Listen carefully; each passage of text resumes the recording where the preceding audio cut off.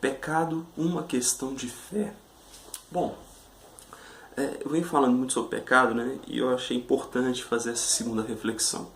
Por que o pecado é uma questão de fé? Bom, a Bíblia define o que é pecado, né? Agora, se você não crê na Bíblia, pouco importa a definição da Bíblia, pouco importa o que a Bíblia diz. Portanto, o pecado como a Bíblia traz é uma questão de fé, é uma questão de crer, é uma questão de confiar que Deus sabe o que é melhor para você. Ok?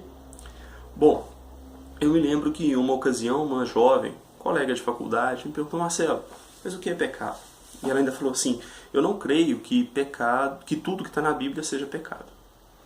Eu falei com ela: olha, o que você tem que descobrir na sua vida, o que você tem que decidir, é se você crê ou se você não crê na Bíblia.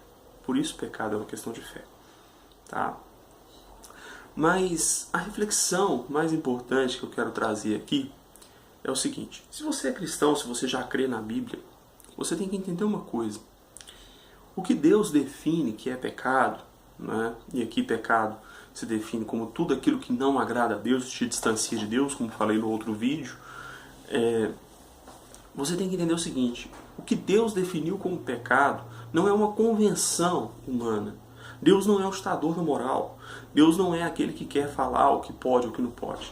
Então o que Deus define como pecado é muito mais profundo que isso. Deus é o nosso Criador.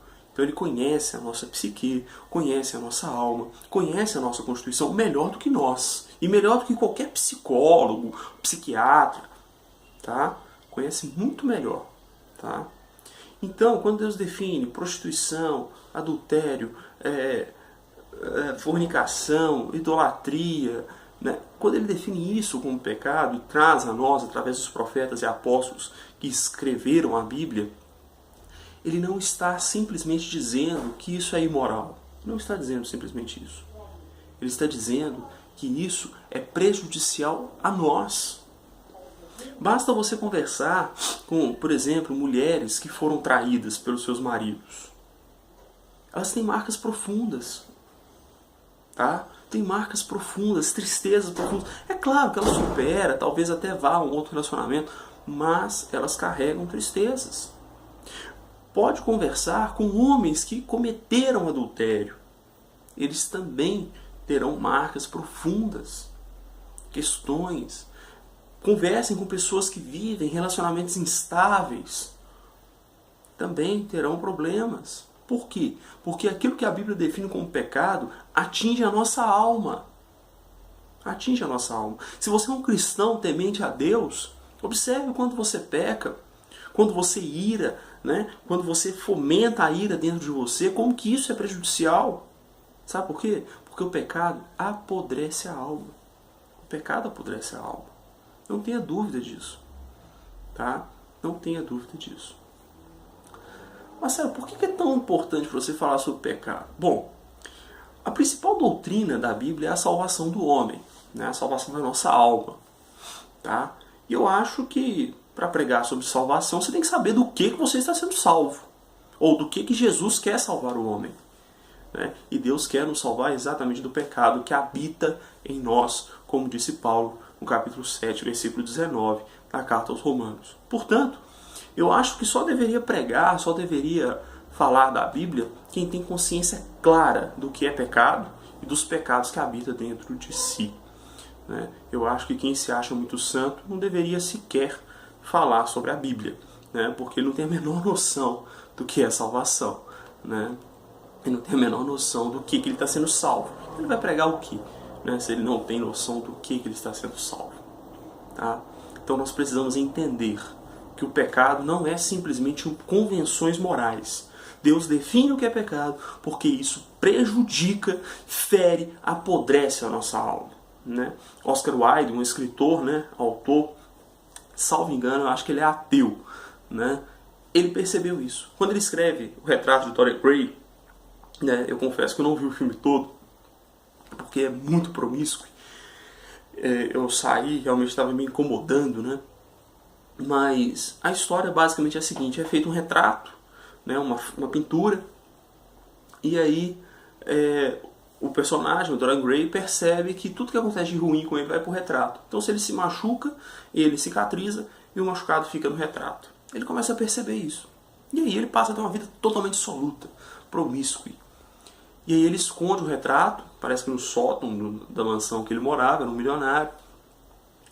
E aí depois de ele ter essa vida dissoluta, promíscua, ele vai até o lugar onde está o retrato. Quando ele entra, o retrato está podre. O que está aprisionado no retrato? É a alma dele. Né? Então, uma literatura, um ateu percebeu isso. Que promiscuidade, prostituição, ira, avareza, tudo isso vai apodrecendo a alma. Né? Isso está na Bíblia. Se você é um cristão e não percebeu isso ainda, acha que o que Deus proibiu é simplesmente uma convenção social, meu irmão, abre seu olho, abre seus olhos, né? Pelo amor de Deus.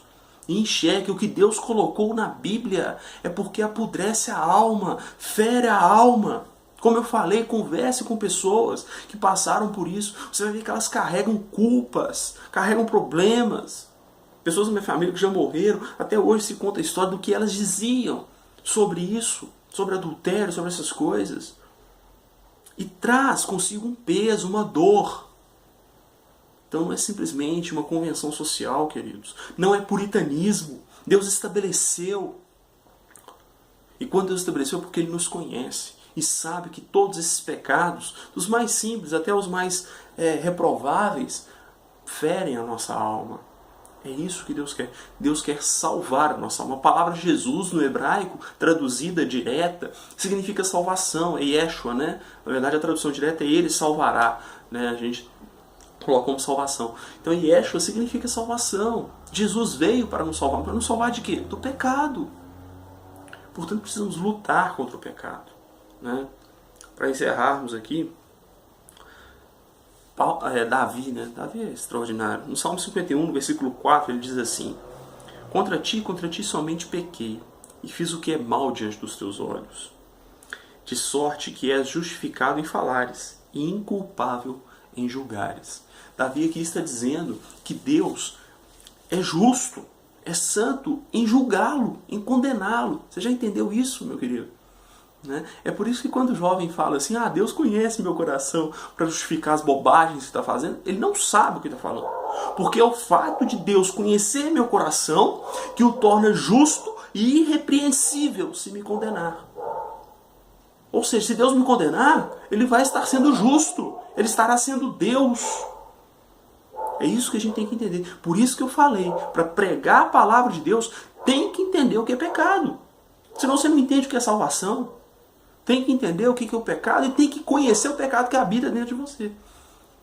Senão você não está apto a pregar o Evangelho. Você não está apto a falar de Deus. Se você não conhece aquilo que Deus está tirando de você ou aquilo que Deus está te dando forças para resistir.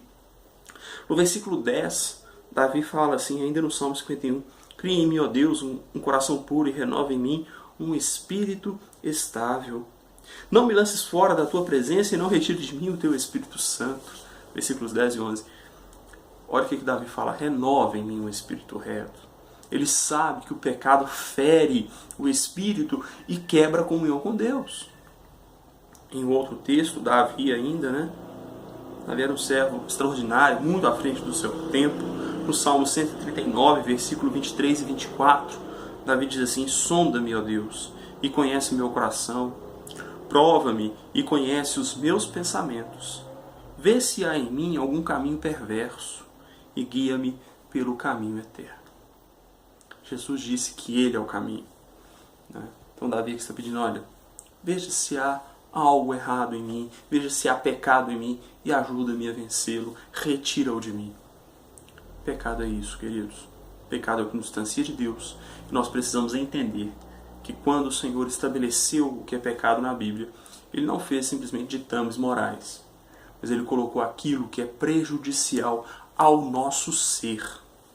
Se você não entendeu isso ainda, ore, leia a Bíblia, busque a Deus e peça a Ele para sondar a você e te dar a consciência daquilo que está errado. Porque só assim poderemos nos colocar diante do Senhor como arrependidos e poderemos nos apresentar diante dele como perdoados e lavados no sangue de Cristo. Que Deus abençoe. Até a próxima.